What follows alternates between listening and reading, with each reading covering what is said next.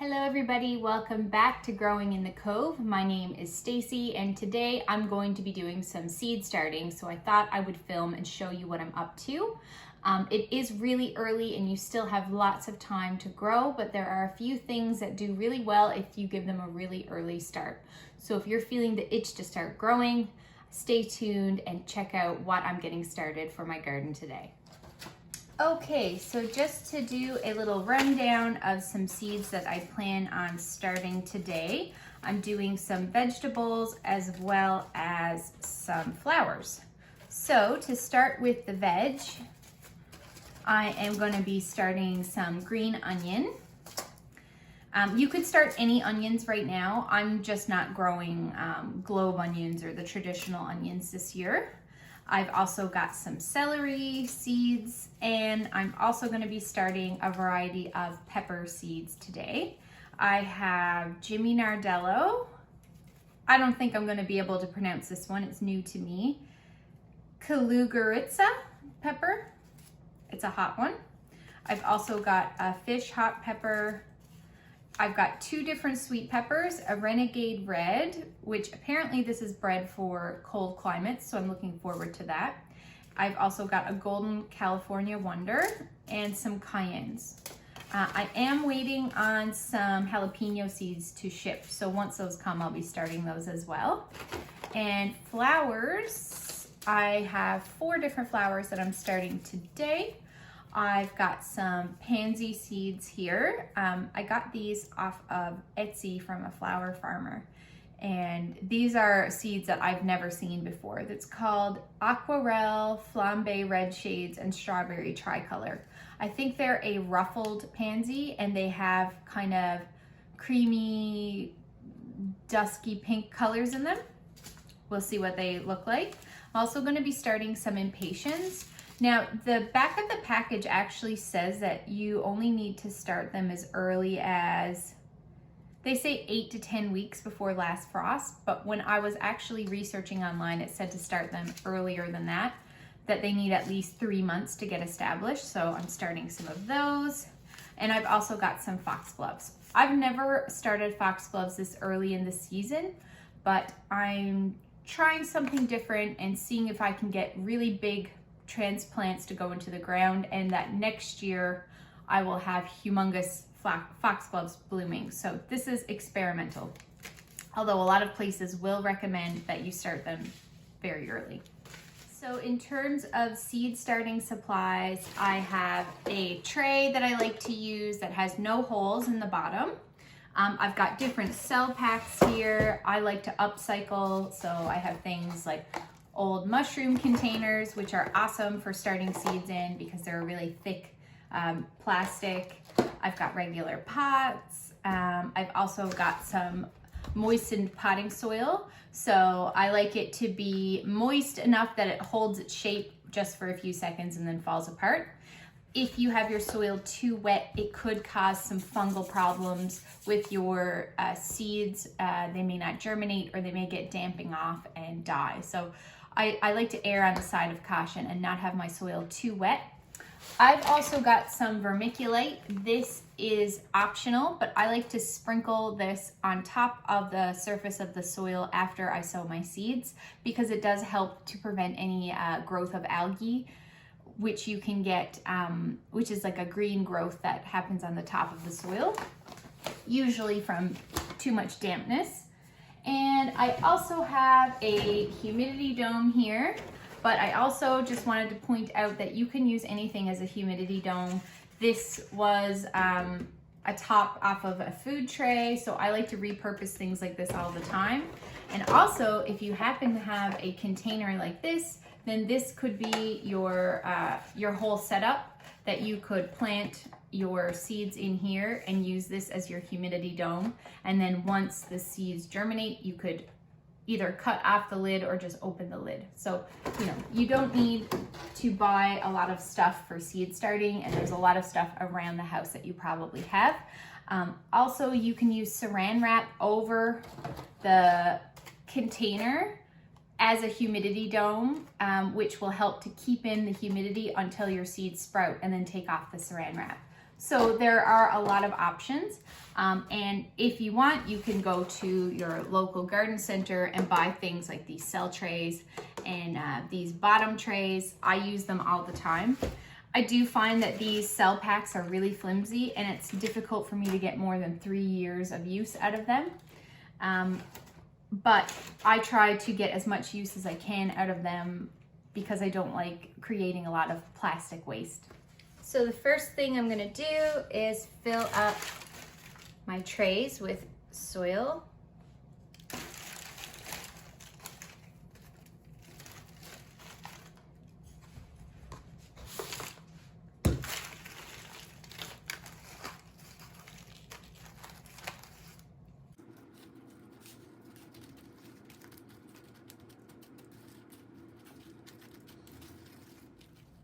Now that my trays are filled, I have labeled each one with the variety of pepper that's going to be in it. I'm going to start planting some seeds. So pepper seeds need to be about 1/4 inch deep. I usually use a pencil, but I just happen to have a chopstick, and I'm going to make little holes so I can just pop the seeds down in there.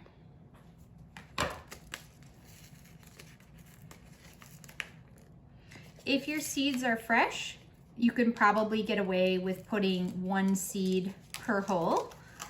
However, if you want to make sure you definitely have a full cell pack, I would put 2 seeds per hole.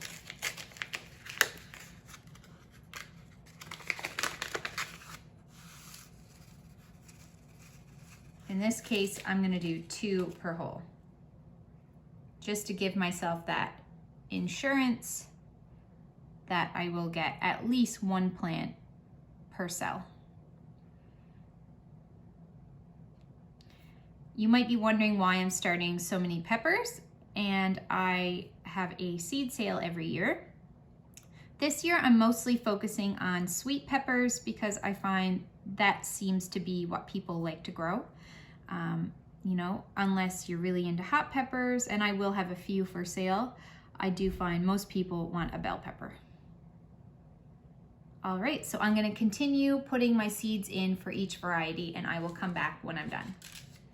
So now that all of my pepper seeds are planted, make sure to cover up all of the holes to make sure all the seeds are covered. And I like to add a little bit of vermiculite to the top.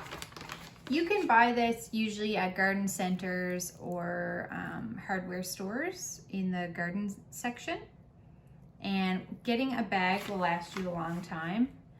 But I do find that this helps with the soil health, and like I said, it prevents fungal issues, and you just need a little sprinkle over the top. Okay. So that's it for pepper seeds. These will be going on a heat mat with my humidity dome on top. Now on to the next seed I will be growing, and that is celery. So celery can take a really long time to germinate. Last year, I even went and bought a new pack of seeds because my old pack took so long that I thought for sure that the seeds weren't viable anymore. They can take up to, I believe, 30 days to germinate, 20 to 30 days. So I am gonna use my fresh seed because I happen to have it, and I'm gonna use it while it's fresh. But just bear in mind, if you are growing celery, it takes a really long time to germinate. So for that reason, be really patient with it. So this time I'm going to use a little container here, and I'm going to be planting the seeds 1/4 inch deep. Celery seeds are really tiny. I mean, that's way more than I need, but I like to kind of just broadcast the seeds all over, and you know, whatever germinates, germinates. So I'm gonna sprinkle these. That's more than I need for sure. And then to cover them for 1/4 inch, I generally just do a really light sprinkling of soil. rid of this stick and tamp down.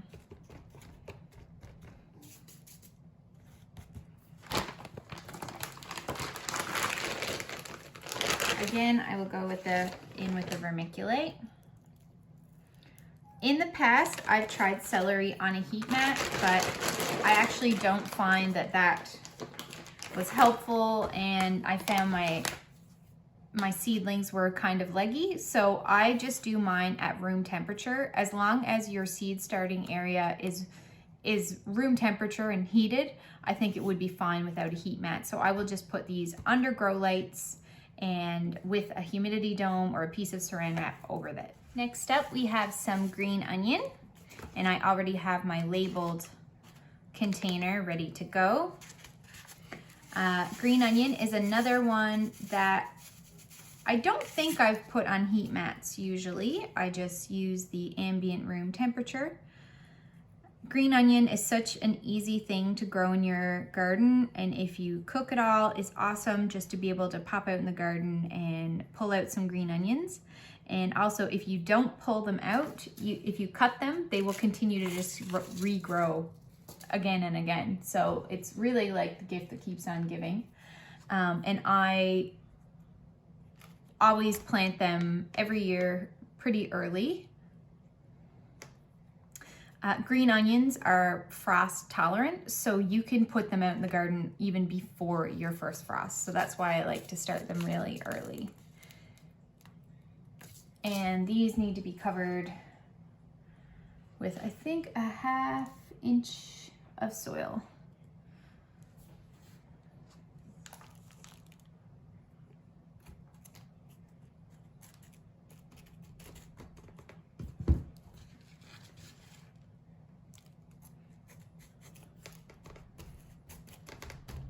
All right, and that is green onions.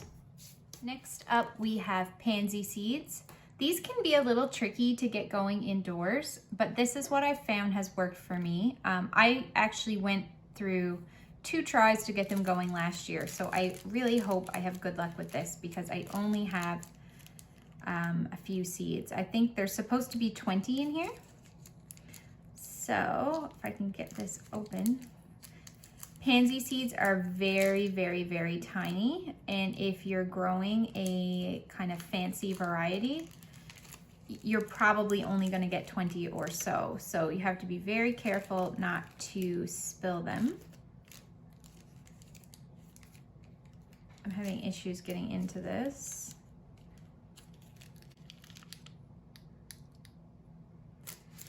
So you can see the pansy seeds are very tiny. I definitely have a little bit of chaff in here, but that's okay. That won't affect the seeds that are in there. So what I like to do with pansies is I just sprinkle them over the surface of the soil. And pansies do need darkness to germinate. So you're gonna want to put either another pot or tray over it to keep out the light, but they don't like to be covered with soil. I like to just put on some vermiculite, and then I will be covering with a black tray and just keep them misted. And be very careful because you don't want to dislodge the seeds. Keep them misted, and I'm going to be covering them with a tray and checking them every day until they germinate. Next up, we have foxgloves. Now, foxgloves are another super tiny seed. They are really difficult to see, but they're there. I usually have pretty good luck with foxglove seeds, so I try not to overseed the tray. Otherwise, I end up with literally 1,000 foxgloves. So foxgloves need light to germinate. I like to just sprinkle them over the surface of the soil, like so. I'll press them in so they have good contact with the soil.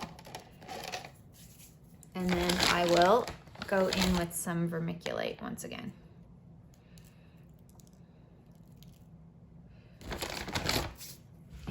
spritz the top.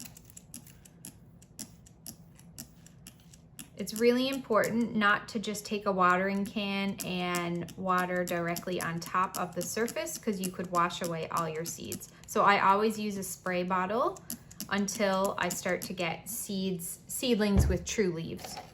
And that is planting foxgloves. So I will put these under the lights with a humidity dome of some kind over them, or saran wrap, and I will just put them under the lights, keep them moist, and wait for them to germinate. Next up, I am doing some impatiens. I've never grown impatiens from seed before, so this is a first time for me. This variety is called Baby Scarlet. They're red. Now these are pelleted seeds, which usually they do to seeds that are really tiny, and they put them in this coating to make them easier to handle. Now I'm going against the grain a little bit because this seed pack says to bury these 1/8 of an inch deep, but everything that I've read online about impatiens says that they need warm soil and light to germinate. So I'm actually just going to surface sow these, make sure they have good contact. Of course, since they're pelleted, they might take a bit longer to germinate because you have to wait for this purple seed coating to break down before the seedling can emerge. So I'm just going to put these on the surface of the soil and basically treat them like my foxgloves. Although the only difference is these will be going on my heat mat with the peppers.